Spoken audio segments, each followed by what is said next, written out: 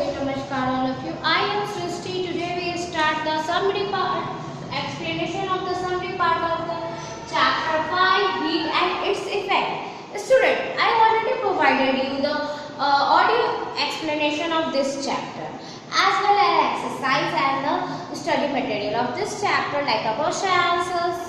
But student, today I provided you the summary part of this chapter which is effective or beneficial for your online test which is coming soon.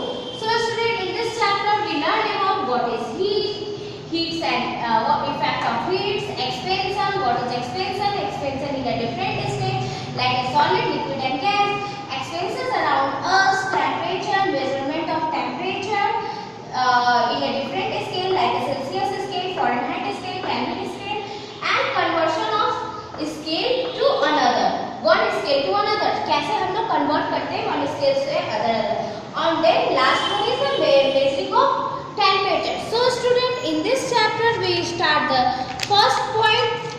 What is heat?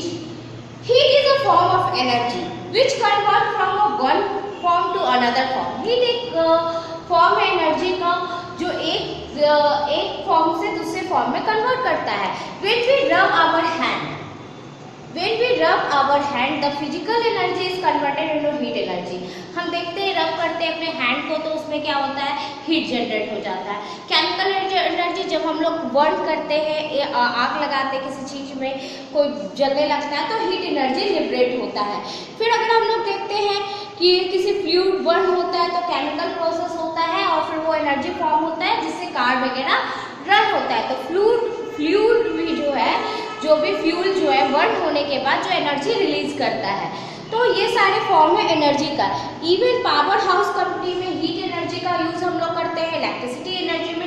सो ये क्या है, ये conversion of energy है. Heat is basically is a conversion energy. It is also known as thermal energy. That means it is also known as THERM, thermal energy, and heat is also a form of energy. And next one, what is the effect of heat? What heat does? heat क्या क्या करता है? heat कारण बनता है cause of increasing in temperature, temperature increase करने का कारण बनता है. जैसे अगर हम लोग जैसे बढ़ाते हैं तो उसका क्या होता है, टेम्परेचर बढ़ जाता है. नेक्स्ट है वॉल्यूम इंक्रीज करने का और एक्सपेंशन का. जैसे जैसे किसी भी मॉलिक्यूल्स का, suppose that when we boil milk और वाटर, तो क्या होता है जब हम लोग उसका हीट देते हैं, हीट प्रोवाइड करते रहते हैं, तो उसका क्या होता है, एक लेवल में वॉल्यूम इंक्रीज होता है. मतलब उसके जो वाटर मॉलिक्यूल्स है वो एक्सपेंस करते हैं. तो ये हीट रीजन बनता है एक्सपेंशन का भी. नेक्स्ट है heat cause chemical changes. Heat कारण बनता है केमिकल चेंजेस का. जैसे हम लोग वुड को बर्न करते हैं तो वो क्या कोल फॉर्म में आ जाता है, फिर या फिर वो बर्न होके स्मोक फॉर्म में एयर में रिलीज हो जाता है, तो वो एक केमिकल चेंजेस हो गया. इवन हम लोग फूड वगैरह बेक करते हैं या कुक करते हैं तो वो भी क्या करता है, जो एक्चुअल जो रहता है, एक्चुअल सब्सटेंस जो रॉ मटेरियल हम लोग डालते हैं वो कन्वर्ट होकर दूसरे फॉर्म में चेंज हो जाता है. So heat cause to change the chemical, heat cause chemical changes.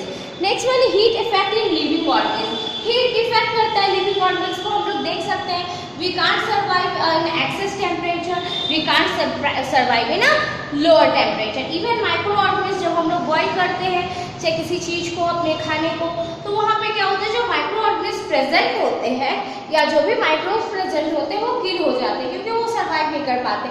तो ये कहीं ना कहीं हीट क्या करता है, इफेक्ट करता है लिविंग ऑर्गेनिज्म के लाइफ को या लिविंग ऑर्गेनिज्म के रहन सहन पे. So next one is expansion. Expansion, what is expansion?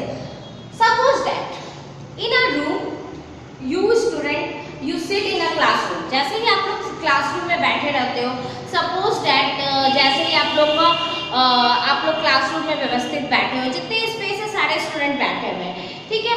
After that bell ring होता है लंच ब्रेक के लिए या छुट्टी के लिए. आप लोग क्या करते हो, आपस में एक दूसरे के साथ फैल जाते हो. पूरा स्पेस जो होता है क्लासरूम का, इधर उधर आप लोग सब लोग बिखर जाते हो. क्यों बिखरते हो? क्योंकि इस तरह से, और पूरे स्पेस को फॉलो कर लेते हो क्लासरूम का. सेम जब हम लोग किसी भी मॉलिक्यूल्स का किसी भी एलिमेंट्स में हम लोग देखते हैं जो एलिमेंट्स होता है, इंटरमॉलिकुलर फोर्स होता है, जितने भी एटम्स होते हैं वो जैसे होते हैं वैसे एडजस्ट रहते हैं। जैसे ही हम लोग हीट बढ़ाते हैं तो उसके क्या होते हैं, जो इंटरमॉलिक्यूल्स जो होते हैं उसमें एक्सपेंसेस होने लगता है, मूवमेंट होने लगता है। यही मूवमेंट ही एक्सपेंसेस का रीजन होता है। So movement in a atom of any element is known as expansion. मतलब किसी भी एलिमेंट में जो मॉलिक्यूल्स में मूवमेंट होता है हीट इंक्रीज करने पे, हीट प्रोवाइड करने पे, वो क्या कहलाता है, expenses. Now we learn in the different expenses in different state. हर स्टेट में किस तरह का एक्सपेंसेस होता है।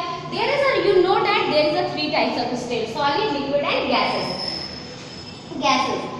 In a solid, you know that the solid atom is combined with each other with a large intermolecular force। Solid में क्या होता है, लार्ज इंटरमॉलिकुलर फोर्स होता है। सो क्या होता है, सॉलिड्स में जब हम लोग हीट प्रोवाइड करते हैं तो वो क्या करता है, उसके जो इंटरमॉलिकुलर फोर्स के कारण जो उसके जो एटम्स एक दूसरे से टाइटली पैक होते हैं वो एक्सपेंस करते हैं। लेकिन इतना टाइटली पैक होता है कि वो उसका एक्सपेंसेस का रीजन एक्सपेंसेस ज़्यादा नहीं होता है। इसीलिए मेटल और सॉलिड सब्सटेंस में हम लोग देखते हैं कि एक्सपेंसेस कम होता है। नेक्स्ट वन है लिक्विड। लिक्विड के इंटरमॉलिकुलर फोर्स, एटम्स के जो बीच में इंटरमॉलिकुलर फोर्स होते हैं थोड़े कम होते हैं एज कंपेयर ऑफ सॉलिड।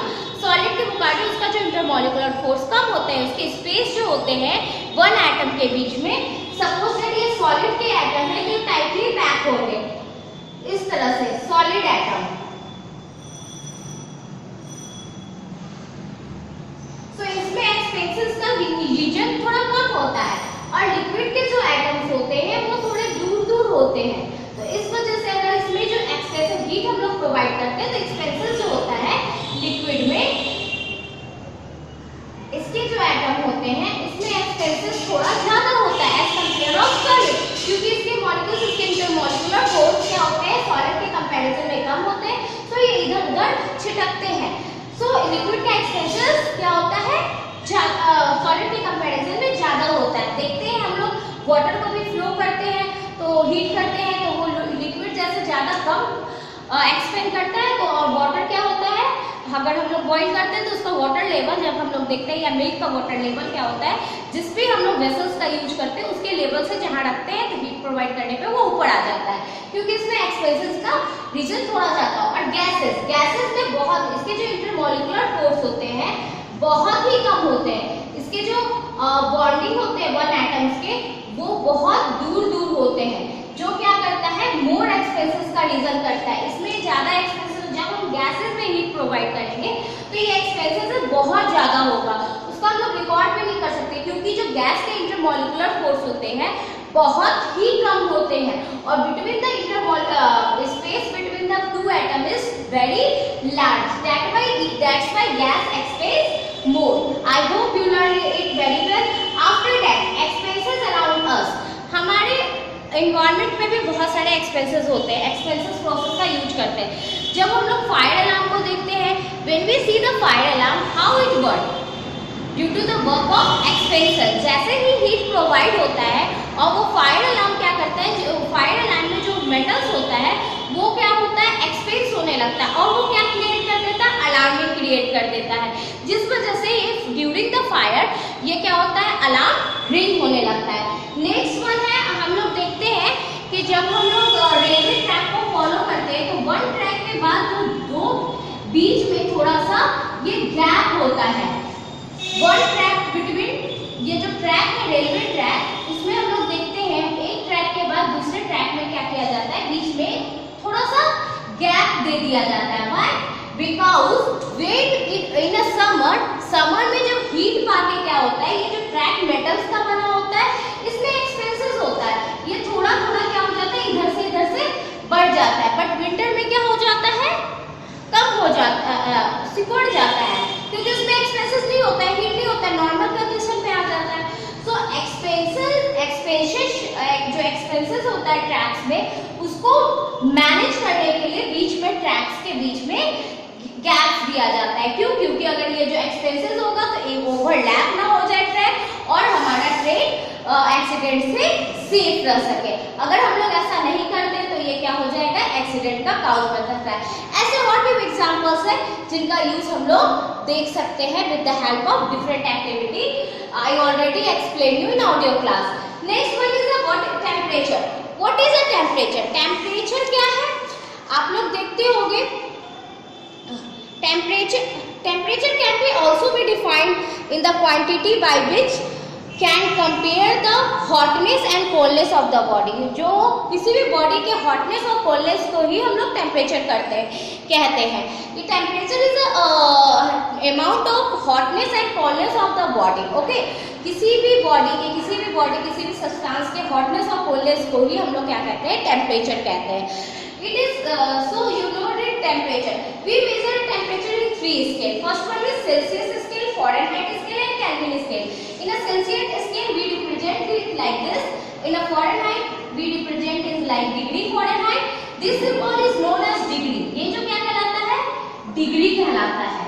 जो हम लोग क्या करते हैं? यूनिट डालते हैं। Degree Celsius and Kelvin scale is 0 degree kelvin.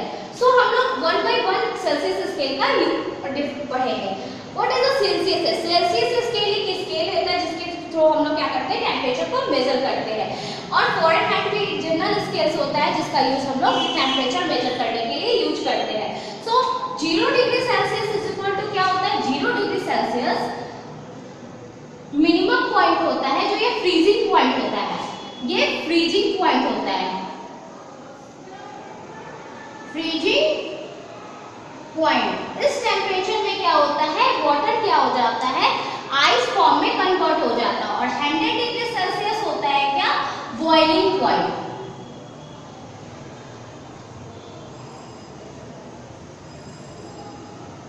Boiling point. So 0 degree Celsius को हम लोग फ्रीजिंग पॉइंट कहते हैं और बॉइलिंग 100 डिग्री सेल्सियस पे क्या वाटर क्या हो जाता है? बॉइल होने लगता है। इसलिए इसको हम लोग क्या कहते हैं? A lower fix point. ये क्या कहलाता है? It is also known as lower fix point in a Celsius scale. Lower fix point. और हम लोग 100 डिग्री सेल्सियस को क्या कहते हैं? Upper fixed point.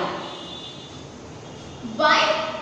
Because in this situation, in this temperature, water boiled, and in this temperature, the water is freeze. That's why it is a lower fixed point, and it is the upper fixed point. In the same way, we measure in a Fahrenheit Celsius, it is the lower fixed point is 32 degree Fahrenheit, and boiling point is 212 degree Fahrenheit. यानी कि अगर हम Fahrenheit में देख सकते हैं तो अब लोअर फिक्स पॉइंट यानी कि फ्रीजिंग पॉइंट क्या होगा?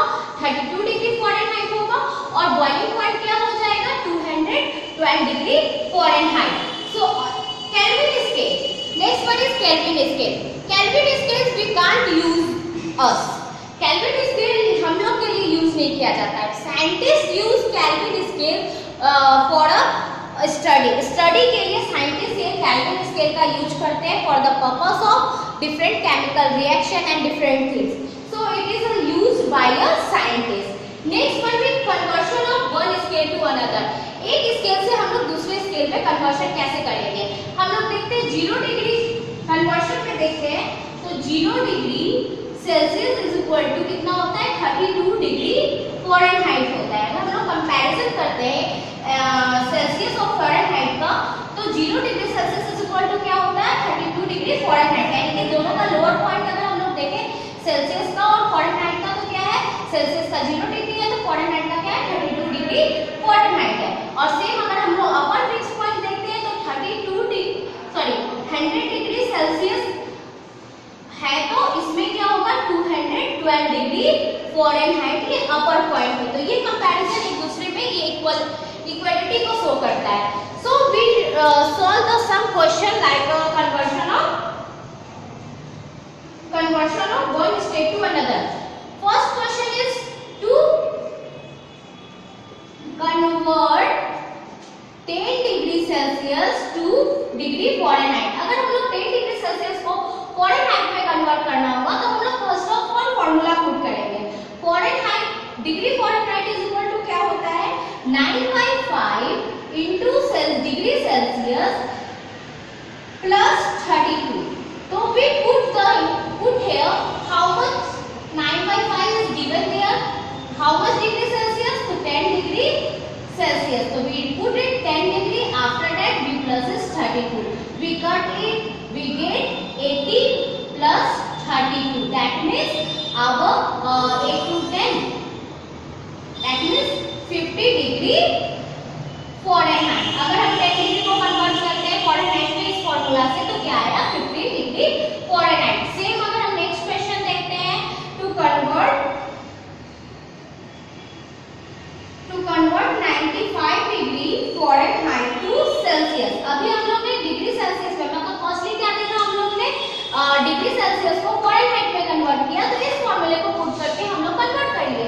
अब हमें नेक्स्ट क्वेश्चन में क्या देखना है हम लोग डिग्री Fahrenheit को सेल्सियस Fahrenheit में सेल्सियस में कैसे कन्वर्ट करते हैं. We put the formula degree Celsius is equal to what क्या होता है 5/9 into f minus 32. We put it 5/9 is the same form and the Fahrenheit to 95. Then we subtract it 32. What is we get 5/9 into we subtract it 3 and 6 63. That means 7. 7 5s are 35 degree Celsius. So in this form you convert the Fahrenheit to Celsius with using this formula, and when you converted the Celsius to Fahrenheit you put this formula. I hope you learned it very well. Next one is measuring of temperature. हम लोग temperature कैसे major करते हैं. We can measure the temperature with the help of thermometer.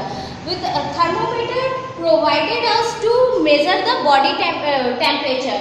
So measuring a body temperature we use a mechanical thermometer which is used by a doctor and for us to know how our body temperature. What is the our body temperature? क्या है हमारा body temperature? So mechanical thermometer हम लोग use करते हैं किस चीज के लिए मेजर करने के लिए क्लिनिकल थर्मोमीटर.